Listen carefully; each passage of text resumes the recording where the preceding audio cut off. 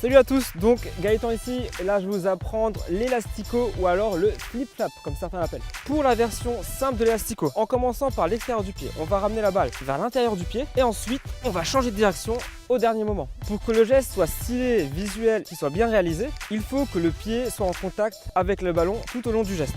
Donc ce qu'il ne faut pas faire, c'est uniquement le geste sans bouger le corps. Ce geste-là, il va servir absolument à rien. L'élastico, il prend tout son effet quand on fait la fin du corps. En amenant le pied de l'extérieur vers l'intérieur, on va vraiment accompagner ce geste avec le corps. Donc on accompagne le corps et on change au dernier moment. Au début, entraînez-vous balle arrêtée, c'est le plus simple. Et ensuite, entraînez-vous à faire le geste avec une conduite de balle. Le geste deviendra un peu plus difficile. Mais c'est que de l'entraînement, de la répétition, donc c'est à vous de jouer.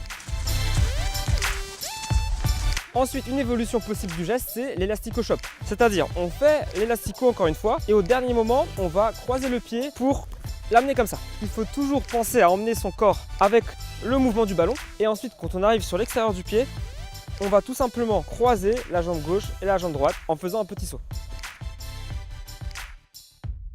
Et la dernière variante que je vous propose, c'est le double élastico. Donc le geste, en fait, vous l'avez compris, il est composé de 2 élasticos à la suite.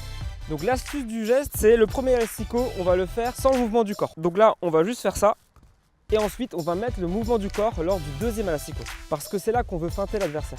Donc le premier au calme et le deuxième, on met le corps. Donc encore une fois, entraînez-vous lentement à faire ce geste au début pour comprendre le mouvement, pour comprendre le principe du double élastico. Et aussi, ce geste-là se fait sur un appui. Tout au long du geste, le pied d'appui il reste collé au sol, il ne bouge pas. 1, 2, 3, 4.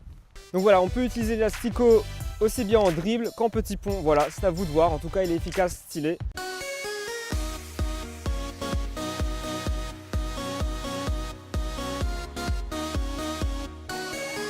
Donc voilà, c'est la fin du tuto sur l'élastico. N'hésite pas à mettre un pouce bleu, abonne-toi sur notre chaîne YouTube, abonne-toi aussi à ma page Facebook qui est juste là. D'ailleurs, dis-nous en commentaire si tu as déjà réussi à humilier quelqu'un durant un match, si tu as osé le faire, ou voilà, si tu prévois de le faire. Salut tout le monde, ciao!